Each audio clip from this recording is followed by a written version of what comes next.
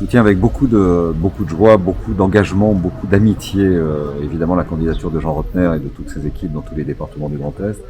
Et j'ai accepté sa proposition également avec beaucoup de respect et beaucoup d'engagement de présider son comité de soutien pour de très nombreuses raisons. La première, c'est que Jean Rottner a surgi de manière spectaculaire et exemplaire et remarquable au moment de la gestion du Covid. Il a incarné le Grand Est, il l'a porté, conscient qu'il fallait combler ces défaillances de l'État sur les masques, sur les tests, sur la vaccination.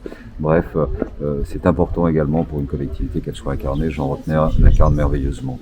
Il a su ensuite faire autour de lui, en quelque sorte, une union parfaite de toutes les sensibilités, de ceux qui sont engagés dans des mouvements politiques, ce qui est mon cas, comme dans d'autres qui sont au service, non pas d'un militantisme partisan, mais d'une volonté de large rassemblement.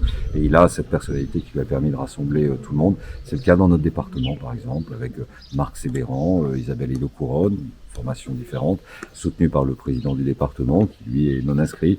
Et donc c'est assez rassurant pour les électeurs de la droite et du centre de se sentir au fond incarnés, protégés et en capacité de rassembler. C'est si difficile aujourd'hui que ça mérite d'être noté et souligné. Enfin, ce sera une campagne de proximité. Moi, j'ai vu Jean Rottner depuis le début venir. Il est de Strasbourg, je suis de Troyes. On est à l'opposé géographiquement.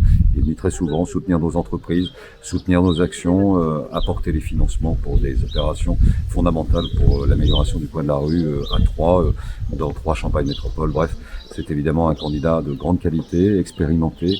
C'est un humaniste, c'est un médecin également, et c'est si rare aussi de mettre au service ses compétences professionnelles dans la gestion d'une crise. Il est pour nous très précieux et je souhaite évidemment qu'il puisse poursuivre son action.